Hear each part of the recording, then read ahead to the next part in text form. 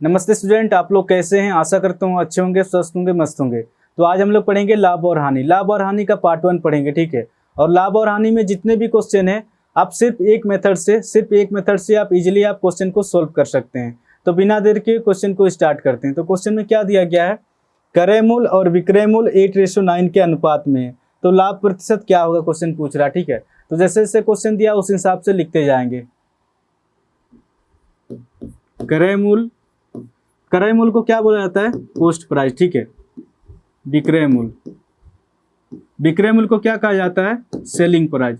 क्रय मूल्य मतलब होता है कि खरीदने वाला मूल्य को क्रय मूल्य कहा जाता है, और विक्रय मूल्य मतलब होता है बेचने वाला मूल्य को विक्रय मूल्य कहा जाता है। तो क्रय मूल्य और विक्रय मूल्य का अनुपात कितना दिया गया है, 8:9 दिया गया है। यानी कि किसी वस्तु को 8 रुपये में खरीद के 9 रुपये में बेचा जा रहा है, तो कितने रुपए का लाभ हो रहा है, 1 रुपये का लाभ हो रहा। आगे क्वेश्चन क्या दिया गया है, लाभ प्रतिशत क्या होगा, क्वेश्चन पूछ रहा, ठीक है।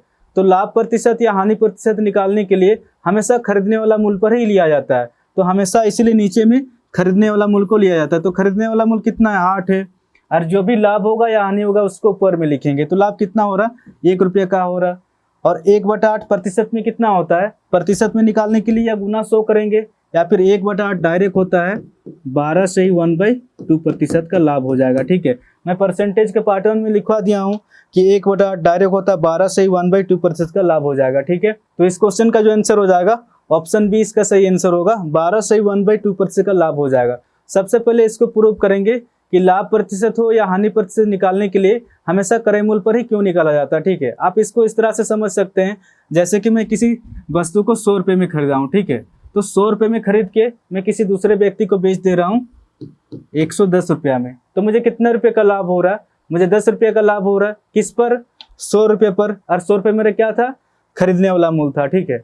अब इसी बात को अगर दूसरी तरह से समझने से, जैसे कि 100 रुपये की वस्तु को मैं किसी दूसरे व्यक्ति को 90 रुपये में बेच दे रहा हूँ, तो मुझे कितना रुपये का हानि हो रहा है, मुझे 10 रुपये का हानि हो रहा है। किस पर, 100 रुपये पर, और 100 रुपये मेरा क्या था, खरीदने वाला मूल्य था। तो लाभ हो या हानि हो हमेशा क्रय मूल्य पर ही निकाला जाता है। तो इसलिए नीचे वाला डाटा को हमेशा खरीदने वाला मूल्य लिया जाता है, ठीक है।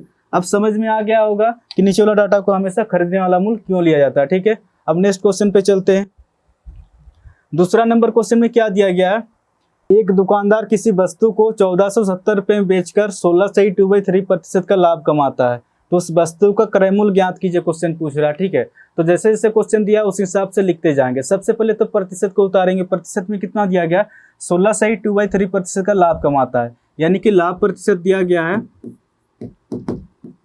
16 से ही 2/3 प्रतिशत, और 16 से ही 2/3 प्रतिशत ये फ्रैक्शन में कितना होता है, ये होता है 1/6 होता है। इस बार क्वेश्चन में क्या दिया गया, लाभ प्रतिशत दिया गया है। तो लाभ प्रतिशत या हानि प्रतिशत निकालने के लिए हमेशा खरीदने वाला मूल्य पर ही निकाला जाता है, ठीक है। तो इसलिए नीचे वाला डाटा को हमेशा खरीदने वाला मूल्य लिया जाता है।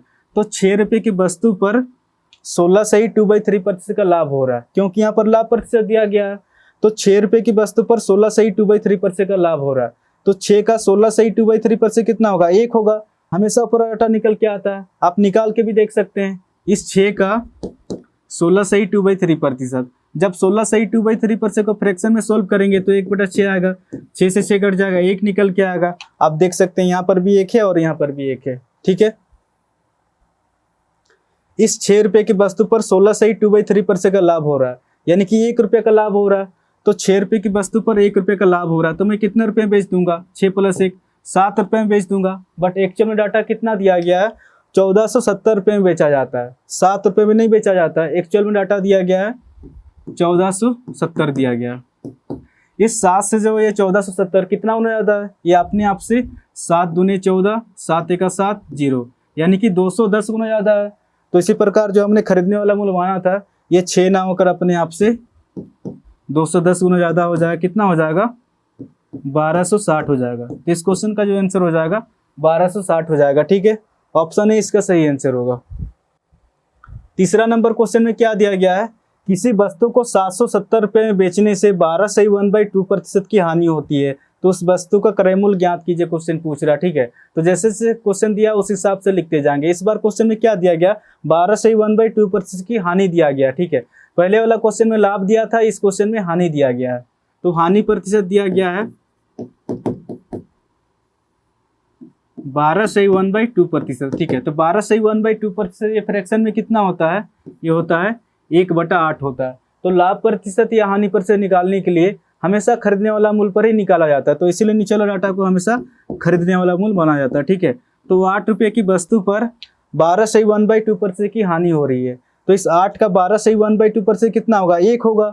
यानी कि इस 8 रुपये की वस्तु पर 1 रुपये की हानि हो रही है, तो मैं कितना रुपये बेच दूंगा, 8 में अगर 1 माइनस हो जाएगा तो 7 रुपये में बेचा जाएगा। इस डाटा के अनुसार तो 7 रुपये में बेचा जा रहा है, बट एक्चुअल में डाटा कितना दिया गया है, 770 रुपये में बेचने से 7 रुपये में नहीं बेचा जाता। एक्चुअल में डाटा दिया गया 770 दिया गया।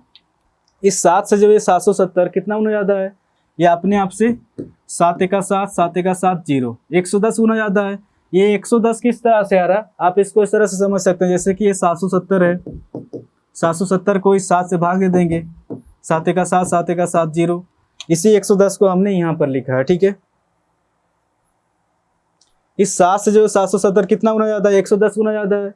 तो इसी प्रकार क्वेश्चन में क्या पूछा है, वस्तु का क्रय मूल्य ज्ञात कीजिए। इसी प्रकार जो हमने माना था क्रय मूल्य 8 ना होकर ये अपने आप से इसे 110 के साथ गुना करेंगे तो कितना हो जाएगा, 8 एका 8, 8 एका 8 0, यानी कि 880 हो जाएगा। तो इस क्वेश्चन का जो आंसर हो जाएगा ऑप्शन बी इसका सही आंसर होगा।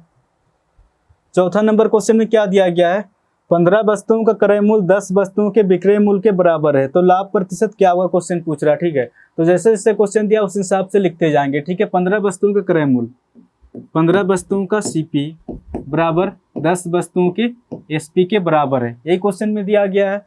15 वस्तु का सीपी बराबर 10 वस्तुओं का एसपी, ये आपस में बराबर है, ये क्वेश्चन कर रहा है, ठीक है। आप इसको सोल्व करेंगे, 5 दिया 15, 5 दूने 10, यानी कि 3 सीपी बराबर 2 एसपी निकल के आ रहा है, ठीक है। अब इसको सोल्व करेंगे, सीपी और एसपी को एक साइड लेके आएंगे, ठीक है। ये सीपी है, जब एसपी को इधर लेके आएंगे तो ये बट्टा में आ जाएगा, ठीक है। ये 2 है, जब 3 को इधर लेके जाएंगे तो ये बट्टा के नीचे में आ जाएगा। तो सीपी के सामने सीपी का डाटा है और एसपी के सामने एसपी का डाटा है, ठीक है। तो 2 रुपये में खरीद के 3 रुपये में बेचा जा रहा है, तो कितने रुपये का लाभ हो रहा, 1 रुपये का लाभ हो रहा। 2 रुपये पर 1 रुपये का लाभ हो रहा। और प्रतिशत में निकालने के लिए गुना 100 करेंगे या फिर 1/2 डायरेक्ट होता है, 1/2 50% लाभ हो जाएगा, ठीक है। तो इस क्वेश्चन का जो आंसर हो जाएगा ऑप्शन सी इसका सही आंसर होगा, 50% लाभ हो जाएगा, ठीक है। तो आज के लिए इतना ही, कल हम लोग करेंगे लाभ और हानि का पार्ट 2, ठीक है। अगर वीडियो अगर अच्छा लग रहा है तो चैनल को शेयर एंड सब्सक्राइब जरूर करें, क्योंकि हमें एक अंदर से मोटिवेशन फील होता है कि हाँ इतने लोगों तक वीडियो पहुंच रहा है, तो हमें और भी वीडियो बनाने का मन करेगा। तो इसलिए चैनल को जितना हो सके शेयर एंड सब्सक्राइब जरूर करें और कमेंट करके जरूर बताएं कि आपको वीडियो कैसा लग रहा है, ठीक है। तो आज के लिए इतने क्वेश्चन करेंगे, फिर कल मिलेंगे, ठीक है। धन्यवाद।